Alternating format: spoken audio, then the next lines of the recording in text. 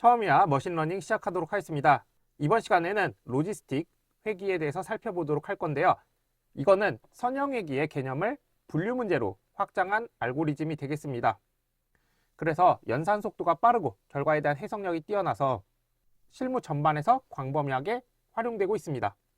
그러면 이 로지스틱 회귀 분석을 이해하기 위한 몇 가지 용어들이 있는데요. 먼저 확률입니다. 확률은 사건이 발생할 가능성을 0과 1 사이의 값으로 나타냅니다. 그래서 0%에서 100% 이 사이의 값으로 나타내는 거죠. 이거를 P라고 표현합니다. 그 다음에 알아볼 게 오즈인데요. 오즈라는 거는 특정 사건이 발생할 확률과 그 사건이 발생하지 않을 확률의 비율입니다. 그렇기 때문에 그 사건이 발생하지 않을 확률 분의 그 사건이 발생할 확률로 나타냅니다. 그 다음에 로짓이라는 거는 방금 살펴봤던 오즈에다가 자연 로그를 취한 값이에요. 먼저 로그가 있는데요. 로그는 로그 밑이 10이에요. x 이렇게 있는 거예요. 그러면 양변에 밑을 10으로 하면 10의 y승은 x 이렇게 되는 거예요. 한마디로 로그라는 거는 몇 승인지를 나타내는 값이라고 보시면 돼요. 그래서 10에 3승이라는 값이 있어요. 그럼 얘는 3승이잖아요. 그래서 로그를 씌워버리면 실제 3이 출력됩니다. 아무튼 이런 함수예요. 근데 여기 자연 로그라는 게 있어요. 자연 로그라는 거는 여기 아까 10이잖아요. 여기는 2라는 값을 사용합니다. 그래서 2의 y승이 x인 거예요. 자, 그런데 여기에서 로짓이라는 건 뭐냐? 아까 오즈 계산한 거 여기다가 자연 로그 요거를 씌운 거예요. 근데 로그 밑이 2인 거를 계속 쓰기가 힘드니까 요거를 ln이라고도 씁니다. 그래서 ln l-p분의 p 이렇게 쓰는 거예요. 요거를 로짓이라고 합니다. 근데 로짓이라는 거에 그래프를 그려보면 이런 식의 값이 나옵니다. 그래서 여기 x는 최대 1이고요. 0보다 작진 않습니다. 근데 y값은 마이너스 무한대에서 플러스 무한대까지의 값을 가지게 됩니다. 일단 이런 그래프가 있고요. 그래서 로짓이라는 거는 이러한 성질을 만족하게 됩니다. 이 정도까지 기억을 해두시고요. 자, 그 다음에 로지스틱 회귀 분석 원리를 조금 더 살펴보면 선형 회귀는 0에서 1의 범위를 벗어납니다. 왜냐하면 y는 베타 0 플러스 베타 1 x 이런 식을 가지게 되는데 그러면 직선이에요. 직선이기 때문에 사실상 x, y 그러니까 독립변수, 종속변수 모두 다 마이너스 무한대에서 플러스 무한대까지 가능한 거예요. 근데 로지스틱 회귀는 항상 0에서 1 사이의 값을 가지게 됩니다. 방금 전에 로짓 살펴봤잖아요. 로짓은 ln 1-p분의 p였죠. 이런 식이었는데 만약에 p 대신에 확률을 x라고 해볼게요. 그러면 ln 1-x분의 x는 y가 되는 거예요. 그랬을 때 그래프가 아까 이렇게 된다고 했죠. 자, 근데 로지스틱 회귀는 뭐냐? 이 x랑 y가 바뀌는 거예요. 그러면 x는 ln 1-y분의 y가 되고 이거 식 다 전개하면은 y는 1 플러스 2의 마이너스 x승분의 1이 됩니다. 자, 그러면 아까 x랑 y가 바뀌었다고 했죠. x가 원래 확률이었잖아요. 근데 x, y가 바뀌었다면 이 y가 확률이 되는 거고 이 확률은 0에서 1 사이의 값을 가지는 거죠. 그렇기 때문에 이 그래프를 보시면 이 그래프가 항상 0에서 1 사이의 값을 가지도록 설계가 된 거예요. 반면에 그 x, 독립 변수의 값은 마이너스 무한대에서 무한대까지 가능합니다. 이렇게 하면 어떤 x 값을 넣었을 때 y 값은 0에서 1 사이의 값을 가지게 돼요. 특히 대부분의 값이 0에 가깝거나 아니면 1에 가깝게 되기 때문에 0과 1을 분리하기가 좋죠. 그렇기 때문에 로지스틱 회귀 모형은 분류 모형이 되겠습니다. 그 다음에 로지스틱 회기를 학습할 때 최적화 및 학습 전략이 있는데요. 요거는 그냥 가볍게 보시면 되겠습니다. 경사하강법이라는 게 있어요. 손실함수의 기울기를 계산하여 손실이 감소하는 방향으로 매개의 변수를 조금씩 업데이트하여 최적의 매개 변수에 도달하는 전략이 되겠습니다. 경사하강법 말이 어려운데 결국 로지스틱 회기라는 것도 선형회기랑 마찬가지로 선형회기에서 어떤 직선을 찾는데 이 실제 데이터랑 회기식과의 거리가 가까울수록 좋은 거죠. 한마디로 오차가 작을수록 그 직선을 잘 설명하기 때문에 좋은 모델이라고 할 수 있습니다. 오차가 작게 된다는 얘기는 한마디로 손실을 최소화한다고 볼 수 있어요. 마찬가지로 이 로지스틱 회기에서도 손실함수라는 걸 이용해서 그 손실을 최소화시키는 방향으로 만들어줘야 되는데 그때 그 로지스틱 회기나 이런 데 사용하는 매개 변수를 값을 조정할 수가 있어요. 이때 값을 조정해 가면서 실제 데이터의 오차를 최소화시키는 거죠. 이런 방식을 경사하강법이라고 하고 그리고 정규화라는 게 있어요. 정규화라는 거는 모델이 학습 데이터에 지나치게 최적화되어서 성능이 떨어지는 과적합을 방지하기 위해서 모델의 복잡도에 따라 페널티를 부여하여 일반화 성능을 높이는 전략이 되겠습니다. 자, 그러면 본격적으로 로지스틱 회기를 살펴보도록 하겠습니다. 이거는 scikit-learn의 로지스틱 리그레션 클래스를 사용하면 됩니다. 그래서 객체를 만들고 나서 이 객체 안에 사실 여러 개의 매개 변수가 있는데 간단하게 두 가지만 살펴보겠습니다. 첫 번째 맥스 이터레이터는 로지스틱 회기라는 거는 계속 계산을 수행하게 되는데 그 계산의 횟수를 제한시키는 거예요. 예를 들어서 맥스 이터가 100이다 라고 하면 그 계산을 최대 100번까지만 하는 거예요. 이게 어느 정도 계산을 제한시켜야 되는 게 너무 많이 하면 시간이 너무 오래 걸려요. 그렇기 때문에 적정한 수준으로 계산을 해주는 게 좋습니다. 그리고 계산이 무한정 많다고 해서 성능이 꼭 좋은 것만은 아니기 때문에 어느 정도 조절해 줍니다. 그 다음에 클래스 웨이트는 저희가 그 클래스 불균형할 때 살펴봤었는데요. 여기에서 밸런스드를 넣어주면 그 종속 변수가 만약에 A, B 두 집단이 있을 때 B가 그 데이터의 개수가 작다라고 하면 그 B의 가중치를 두어서 A랑 B를 균형을 맞춰주는 거.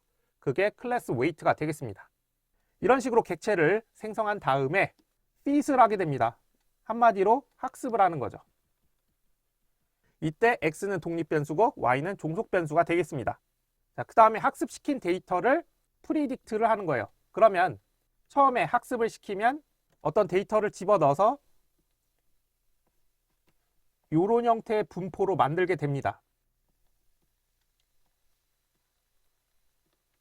그리고 나서 프리딕트를 하면은 그 각각 값들에 대해서 0인지 1인지를 알려주게 돼요. 근데 로지스틱 회기를 해보면 0에 가까운 거지 모든 게 다 0은 아니고 1에 가까운 거지 모두 다 1은 아니에요. 그렇기 때문에 만약에 뭐 0점 몇몇 이런 거를 보고 싶다라고 하면 그냥 프리딕트를 하는 게 아니라 프리딕트 probability라는 함수를 쓰게 됩니다. 이렇게 하면 0과 1이 아니라 이제 중간에 적절한 값으로 나와요. 예를 들어서 이 값이다 라고 했을 때 0.01 이런 식으로 값이 나오게 됩니다. 이때 값이 0.5보다 작으면 이 프리딕트에서는 그냥 0으로 표기를 하게 되고 0.5보다 크면 1로 표기를 하게 됩니다. 그래서 정확한 값을 알고 싶으면 프리딕트 probability를 쓰고 만약에 그냥 0과 1로 분류만 하겠다라고 하면 프리딕트 함수만 쓰셔도 됩니다. 자, 그러면 코드를 통해서 살펴보도록 하겠습니다. 로지스틱 리그레션을 사용하기 위해서 임포트를 시켜줍니다. 그리고 중간에 표준화를 시켜주기 위해서 스탠다드 스케일러라는 객체를 가져옵니다. 그 다음에 랜덤 시드, 요거는 실제 프로그래밍 했을 때랑 여기 제가 설명하는 이 강의 또는 책과 동일한 결과를 나타내기 위해서 랜덤 시드 한 다음에 똑같은 값을 입력해 주는 거죠. 그 다음에 n은 300개 이렇게 한 다음에 데이터 프레임을 통해서 데이터를 생성합니다. 네, 이거는 그냥 임의의 데이터를 만들기 위해서 코드를 돌린 거고요. 네, 그 다음에 흥행 성공 여부를 종속 변수로 만들려고 하는 거예요. 한마디로 독립 변수는 그냥 랜덤하게 생성을 했고요. 그 다음에 종속 변수는 요 식에 의거해서 평점이 7.5보다 크고 개봉 관수가 1000보다 크고 제작비가 300보다 작은 조건을 만족했을 때 1이 되는 거죠. 요 조건을 만족하면 1이 되는 거고 그렇지 않으면 0이 되는 거예요. 그 다음에 요거 종속 변수까지 데이터 프레임에다 넣고 나서 x는 상영시간, 제작비, 평점, 배우수, 개봉 관수 요걸 독립 변수로 하고 그리고 흥행 선고를 종속 변수로 뒀어요. 그리고 나서 학습 데이터랑 평가 데이터를 나눠줍니다. 그리고 표준화를 하는데 표준화는 무조건 학습용, 테스트용 데이터를 나눈 후에 진행해 줘야 됩니다. 안 그러면은 저희 1장에서 살펴봤죠. 데이터 유출이 발생하게 됩니다. 그 다음에 표준화를 시킬 때 스탠다드 스케일러라는 객체에다가 fit transform 이걸 통해서 독립 변수들을 지금 표준화 시켰습니다. 그리고 나서 이제 본격적으로 전처리가 끝났고 로지스틱 학습을 시작합니다. 그래서 로지스틱 리그레션이라는 객체를 만들고 그 다음에 fit 학습을 시켜요. xtrain, ytrain 이 값을 넣어서 학습을 시킵니다. 그리고 나서 이 모델의 정확도를 확인해 보고 싶어요. 이때 score라는 함수를 씁니다. 이게 로지스틱 회귀 분석이 아니라 그냥 선형 회귀 분석이었다면 스코어라고 했을 때 결정 계수입니다. 근데 분류 모델에서 스코어는 정확도라는 지표입니다. 네, 정확도라는 지표는 이제 뒤에서 살펴볼 건데요. 어쨌든 정확도이고 X트레인, Y트레인 요거에 대해서 정확도를 봤더니 훈련 정확도는 0.94, 테스트는 0.88 이런 결과가 나왔습니다. 그리고 한번 예측값을 볼 거예요. 근데 예측값을 보기 위해서 predict probability 함수를 사용합니다. 이때 X테스트에 있는 첫 번째 행의 데이터만 가져오는 거예요. 그러니까 지금 데이터가 상영시간, 제작비, 평점, 배우수, 개봉관수 X데이터는 이렇게 있는데 여기에서 첫 번째 행의 데이터만 지금 모델이 있죠. 모델에 넣어본 거예요. 입력을 해본 거죠. 그러면 지금 모델링이 되어 있으니까 이거에 대한 결과값이 나오는데 이때 predict probability라고 했으니까 확률로 나오게 됩니다. 근데 이제 여기서 모델이라는 게 로지스틱 회귀 모델이에요. 그러면 이런 그래프가 있겠죠. 이때 이 입력값이 계산이 돼서 어떤 X값이 나와요. 그랬을 때 그 Y값을 결과로 내뱉는데 이때 probability 함수에다 넣었으면 결과가 어떻게 나오냐? Y가 0일 확률과 Y가 1일 확률로 나타나게 됩니다. 그래서 어쨌든 Y가 0일 때, Y가 1일 때 결과를 프로바라는 변수에다 저장을 하고 요거를 출력을 해보면 프로바 요게 지금 한 행만 넣었기 때문에 프린트 한 다음에 프로바라고 하면은 이런 식으로 나와요. 0일 때의 확률, 1일 때의 확률 이렇게 나옵니다. 근데 우리가 알고 싶은 거는 Y가 1일 때 확률, 즉 성공일 때 확률을 알고 싶은 거예요. 그러면 여기 대괄호가 두 개 있으니까 지금 요게 0번지죠. 그래서 0번지에 여기 안에서는 0번지, 1번지니까 1번지 값을 가져오는 거예요. 그래서 봤더니 0.024 이렇게 나오는 걸 확인할 수가 있습니다. 그러면 대략적으로 이 그래프가 맞죠. 그래서 X는 상영, 제작비, 평점, 배우수, 개봉관수 이걸 계산했더니 X값이 여기에 해당되는 거고 이때 Y값이 0.02였던 거예요. 그러니까 0.02니까 성공 확률은 0.02%고 실패 확률이 0.98이 거죠. 자, 번외로 만약에 여기 코드 다 지우고 프로바가 아니라 그냥 프리딕트를 하면 어떻게 될까요? 출력 결과는 네, 여기도 지워야 되겠죠. 이렇게 지워서 출력을 하면 어떻게 되느냐? 첫 번째 행에 대해서 프리딕트, 어떤 분류에 속하는지 알고 싶은 거예요. 그리고 이거를 출력을 하게 되면 아까 y가 1일 확률이 0.0이었죠. 근데 0.0이라는 거는 0에 가깝다는 얘기이기 때문에 프로바 0 이렇게 하면은 이때는 0이 출력됩니다.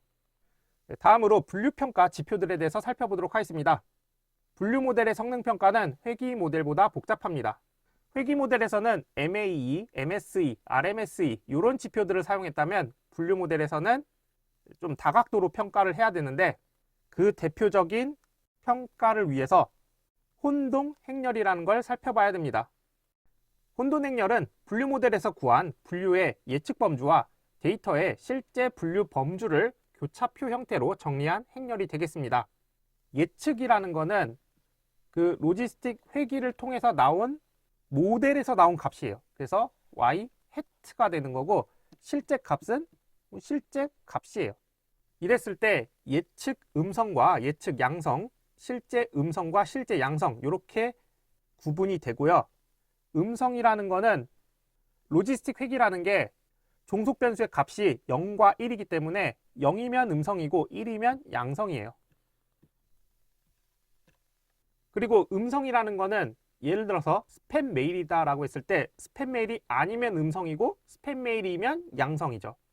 암이라고 했을 때 암에 안 걸렸으면 음성이고 암에 걸렸으면 양성인 거예요. 이런 식으로 기억을 해두시면 되고요. 이게 혼돈 행렬이 굉장히 헷갈립니다. 그래서 잘 봐두셔야 되는데 먼저 음성이라고 예측했는데 네거티브라고 예측했는데 실제 맞았어요. 트루 네거티브입니다. 그러면 같은 원리로 양성으로 예측했는데 실제 양성이에요. 그러면 양성이 맞았다라고 해서 트루 파지티브가 됩니다. 그러면 이번엔 반대로 양성이라고 예측을 했는데 실제 음성이면 틀렸죠. 이걸 false positive라고 합니다.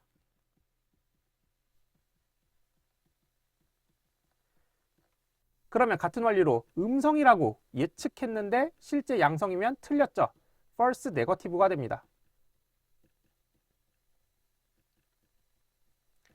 그래서 암 진단을 했을 때는 당신은 암에 걸렸습니다 라고 했는데 틀린 거예요. 그래서 잘못 탐지했다라고 해서 오탐이고요. false negative 같은 경우에는 암이 아니라고 예측했는데 실제 암이었어요. 암을 못 찾은 거죠. 미탐이라고 합니다.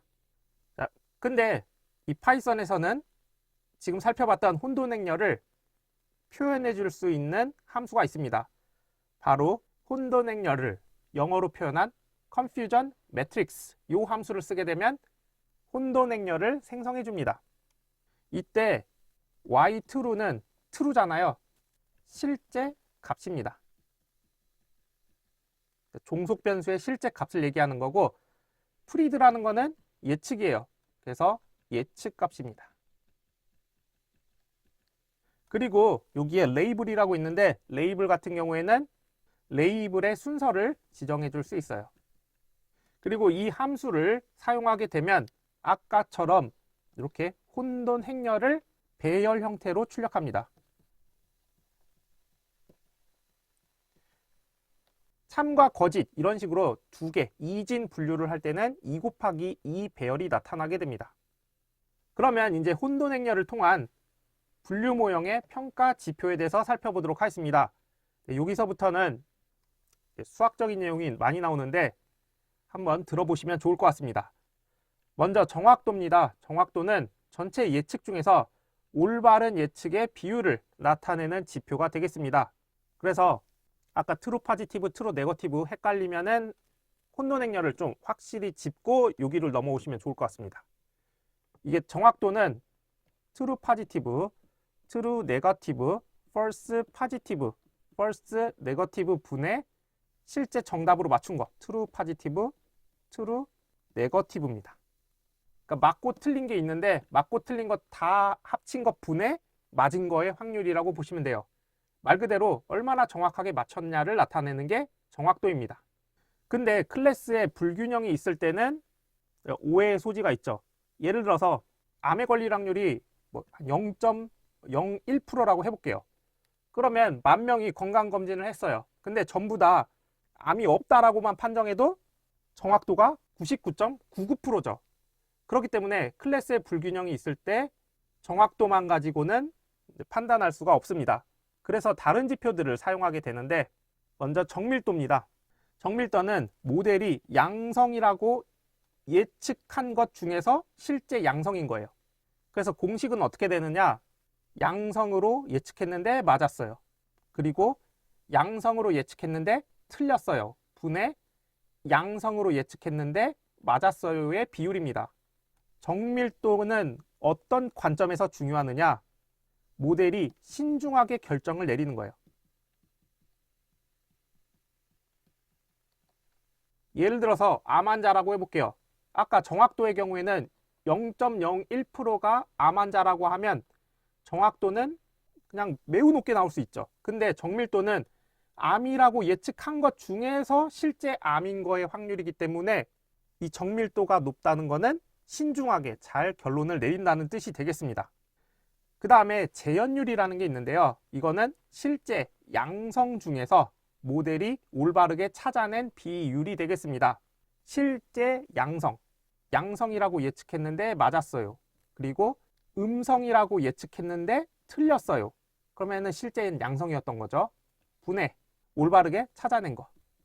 요게 재현율입니다. 그리고 재현율을 민감도라고도 하고요. 트루 파지티브 레이트라고도 부릅니다. 그리고 이 재현율이 높다는 거는 실제 양성 사례를 놓치지 않는다는 의미가 됩니다. 말 그대로 실제로 암을 가지고 있었는데 암을 찾아낸 거죠. 그렇기 때문에 양성이 있을 때 양성을 아주 잘 찾아냈다는 지표가 재현율이 되겠습니다.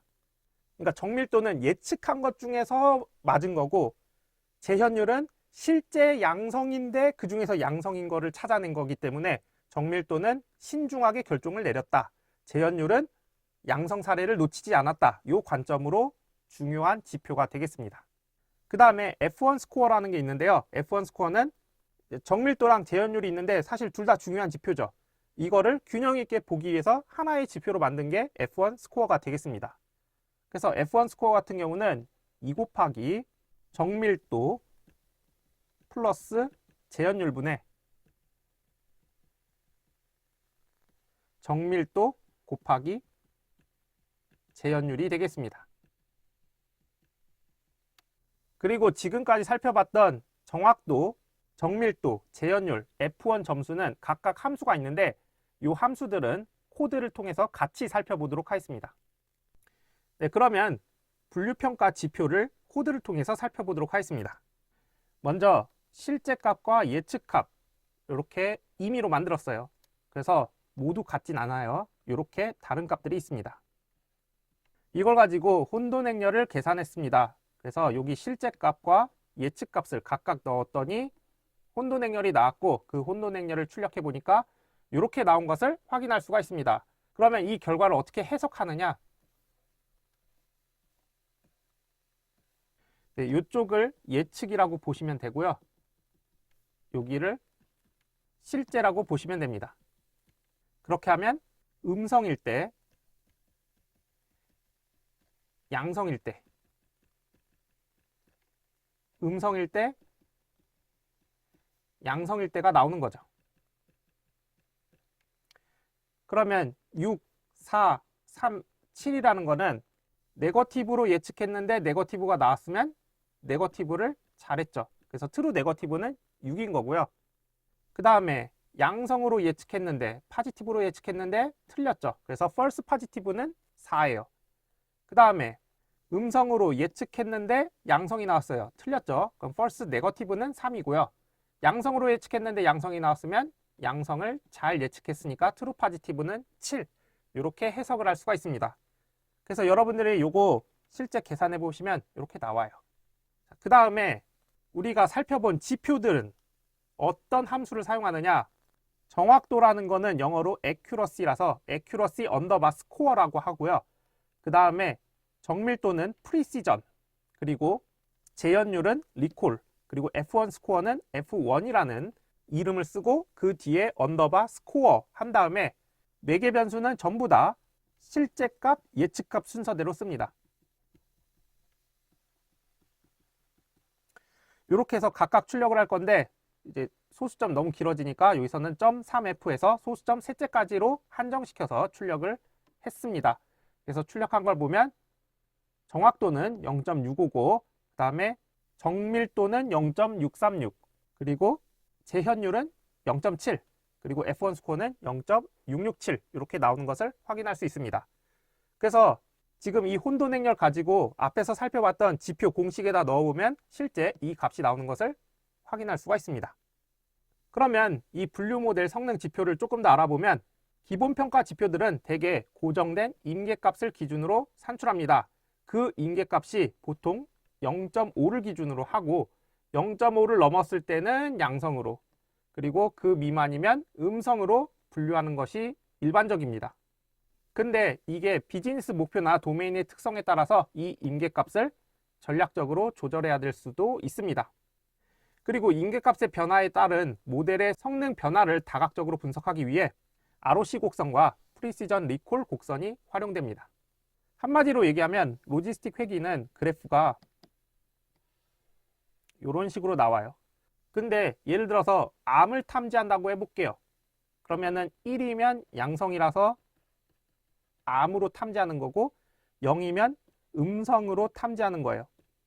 그러면 실제 여러 가지 변수들이 있을 거 아니에요. 그럼 변수를 토탈해서 이래저래 계산을 하면은 어떤 X값이 나올 거예요.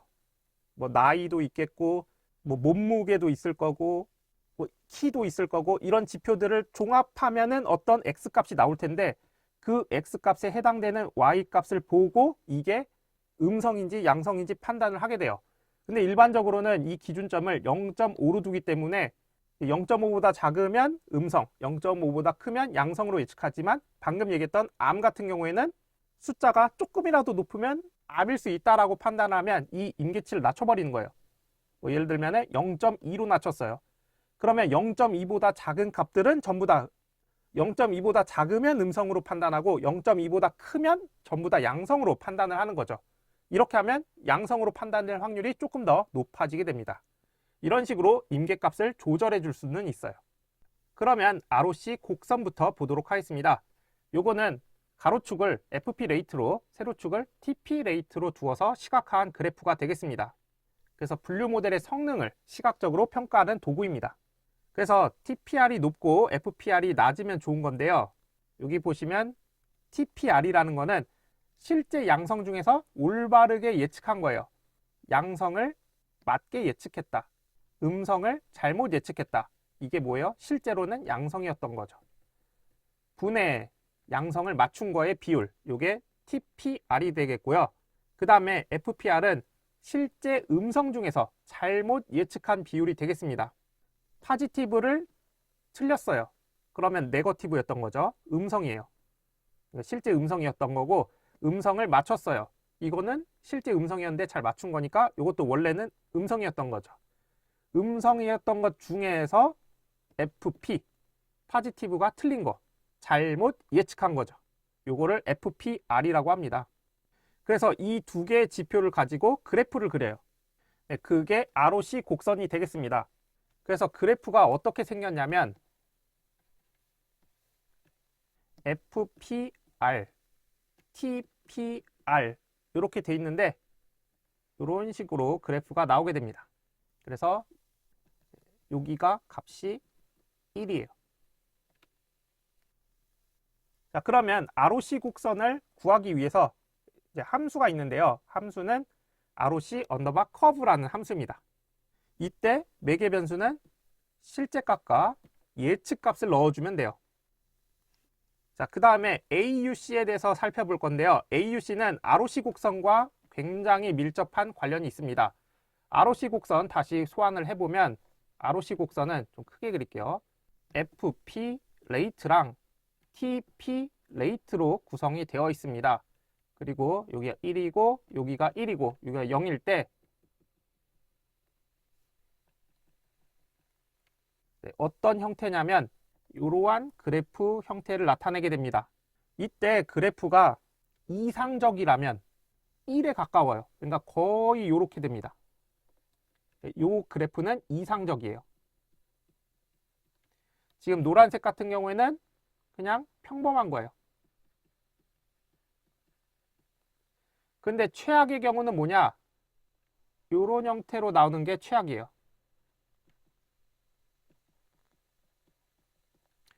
그러면은 최악일 때 면적이 어떻게 되느냐?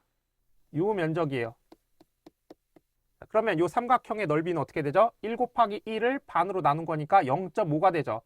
그러니까 최악일 때는 0.5가 되는 거고 이상적일 때는 어떻게 되죠? 이 면적이 1 곱하기 1인 게 가장 이상적이니까 1이죠. 그래서 AUC는 0.5에서 1 사이의 값을 가집니다. 수치가 높을수록 분류 성능이 우수한 거예요. 그러면 1이면 이상적이고 0.5로 갈수록 안 좋다. 이렇게 보시면 되겠습니다.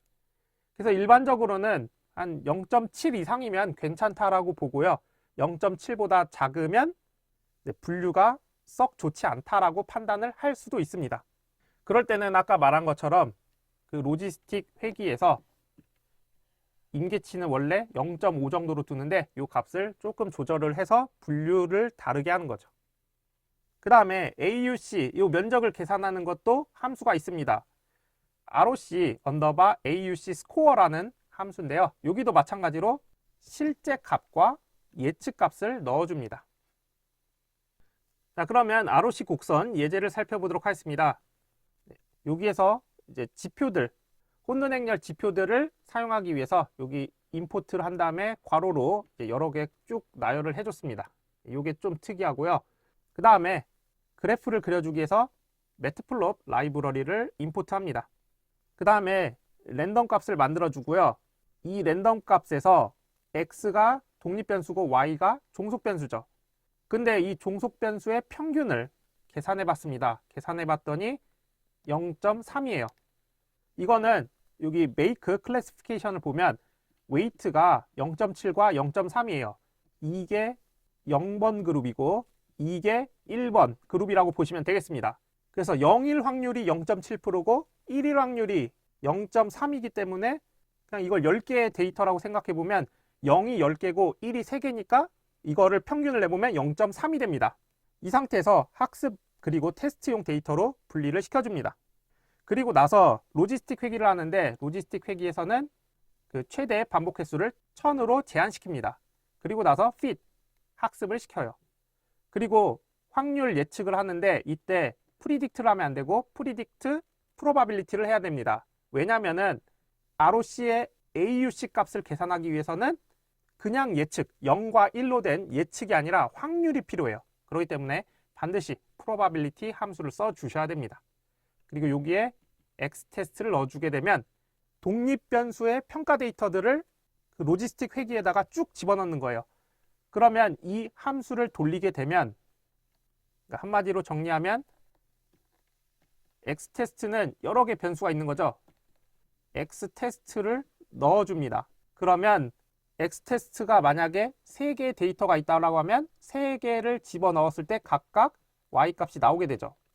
근데 이 predict probability는 각각 값이 0일 확률과 1일 확률이 각각 나와요. 이랬을 때 우리가 필요한 거는 1일 확률을 알아야 되니까, 그러니까 양성인 거의 확률을 알아야 되니까 1이라고 명시를 해줍니다. 그리고 나서 y 언더바 probability에다가 저장해줘요. 그리고 나서 ROC 커브라는 함수에다가 y 테스트 값이랑 y의 지금 확률 계산한 이 probability 값을 넣어줍니다. 그러면 이때 FPR, TPR, ROC 스레숄드라는 값을 추출해낼 수 있습니다. 근데 그래프를 그릴 때 이 값이 필요한 거예요. 자, 그리고 나서 ROC, AUC, 스코어라는 함수를 써줍니다. 이때 매개 변수도 똑같죠. 그러면은 ROC 언더바 AUC라는 변수에다 넣어주고 그 값을 출력해 보니까 0.91이 나오는 것을 확인할 수가 있습니다. 즉 ROC 커브를 그렸을 때 이 면적이 0.91이란 뜻이에요. 굉장히 좋은 거예요. 자, 그리고 나서 이걸 이용해서 그래프를 그려줍니다. 플롯할 때 FPR과 TPR을 넣어주면 각각 데이터들이 있을 거예요. 각각 데이터들이 뭐 이런 식으로 있습니다. 이 데이터들을 그래프 형태로 잘 이어서 보여주는 거죠. 그리고 이 플롯 0,1, 0,1 라이프 스타일 이렇게 하면은 이 주황색 이 직선이 생기게 됩니다. 이건 그냥 보조선으로 그린 거고요. 그 다음에 X축에다가 false positive rate라는 이름을, 그리고 Y축에다가 true positive rate라고 이름을 적어주고 타이틀은 ROC 커브 이렇게 한 다음에 플롯 show 하면은 이 ROC 커브의 그래프가 그려지게 됩니다. 네, 그래서 요 밑에 코드는 만약에 ROC 커브의 그래프를 출력하고 싶다라고 하면 네, 그냥 요 그대로 써주시면 되겠습니다. 그 다음에 정밀도 재현율 곡선인데요. 요거는 프리시전, 리콜 요 앞글자를 따서 PR 곡선이라고 부릅니다. 그래서 PR 곡선은 다양한 임계값에서 정밀도와 재현율의 관계를 보여주는 그래프가 되겠습니다. 특히 클래스의 불균형이 심한 데이터셋에서 ROC 곡선보다는 더 좋은 성능 지표를 제공하게 됩니다. 그래서 이 정밀도 재현율 곡선을 그리기 위해서는 프리시전 언더바 리콜 언더바 커브 요 함수를 사용하고, 이때 매개 변수는 앞에서 살펴봤던 ROC, AUC 그 면적을 계산할 때 썼던 매개 변수랑 동일합니다. 그 다음에 평균 정밀도라는 게 있는데요. 평균 정밀도는 PR 곡선의 면적을 수치한 거예요. 마치 ROC 곡선의 면적을 AUC라고 하는 것처럼 PR 곡선의 면적을 AP라고 하는 거죠. 그래서 이 AP는 0부터 1 사이의 값을 가지고 마찬가지로 값이 높을수록 좋은 모델이 되겠습니다. 그래서 불균형 데이터의 경우에는 ROC 곡선보다는 PR 곡선이 좋은 것처럼 당연히 ROC 곡선의 면적인 AUC보다는 PR 곡선의 면적인 AP가 더 신뢰할 만하죠. 그래서 이 평균 정밀도를 계산할 때는 에버리지 프리시전 스코어라는 함수를 사용하고, 이때 매개 변수는 앞에서 봤던 그 함수들과 동일하게 y테스트, y프로바 이 값을 넣어주면 되겠습니다. 자, 그러면 정밀도 재현율 곡선 코드를 살펴보도록 하겠습니다. 이거 앞에서 살펴봤던 ROC 곡선 그 코드에서 이어서 진행을 하면 되겠습니다. 여기 보시면 프리시전, 리콜, 커브 이 함수에다가 y테스트, y프로바빌리티 값을 넣어주면 되겠습니다. 그러면 프리시전과 리콜이 리스트 형태의 값들로 나오게 됩니다. 그리고 나서 에버리지 프리시전 스코어 한 다음에 마찬가지로 값을 넣어주게 되면 에버리지 프리시전 값이 나오게 되고, 이거를 출력하게 되면 0.84 이런 값이 나오는 것을 확인할 수 있습니다. 그리고 마찬가지로 그래프를 그려줘요. 이때 리콜과 프리시전 값을 각각 넣어주고 X축에는 리콜, Y축에는 프리시전이라는 문구가 출력되게, 그리고 제목은 프리시전 리콜 커브 이렇게 출력되도록 해줍니다. 그리고 그래프를 출력했더니 이렇게 나오는 것을 확인할 수가 있습니다. 자, 그리고 나서 임계값에 따른 분류 결과를 비교할 건데요. 스레숄드 값을 한번 바꿔줄 거예요. 어떻게 바꿔주느냐? 0.3일 때, 0.5일 때, 0.7일 때로 바꿔주기 위해서 이렇게 세팅을 합니다. 그리고 나서 여기 포문을 실행하게 되는데 y 프로바빌리티 값을 임계치 0.3, 0.5, 0.7보다 컸을 때를 기준으로 판단하는 거예요. 자, 그러면 지금 스레숄드 값이 0.3, 0.5, 0.7이기 때문에 첫 반복일 때는 이 0.3이 t 변수에 들어갑니다. 그래서 그 y 프로바빌리티가 0.3보다 크면 정수로 바꿔라. 그러니까 이 조건이 만족하면 1로 바꿔라. 이 조건이 틀렸으면 0으로 바꿔라. 이런 뜻이죠. 이 얘기는 만약에 스레숄드를 0.3으로 두면 0.3보다 크면 이상이면 1로 판단하고 0.3 미만이면 0으로 판단하게 됩니다. 그러면 분류가 바뀌게 되는 거죠. 그 상태에서 리절트, 요거 아까 빈 리스트였어요. 여기다가 어펜드 추가를 하겠습니다. 정확도, 정밀도, 재현율을 각각 계산을 해서 넣습니다. 이때 이 임계치 0.3 요걸 기준으로 한 y 프리드 값을 각각 넣어서 정확도, 정밀도, 재현율을 계산해 줘요. 같은 방식으로 0.5일 때랑 0.7일 때를 계산해 줍니다. 라운드 함수는 아시겠지만 소수점 셋째 자리까지 출력하라는 뜻이고요.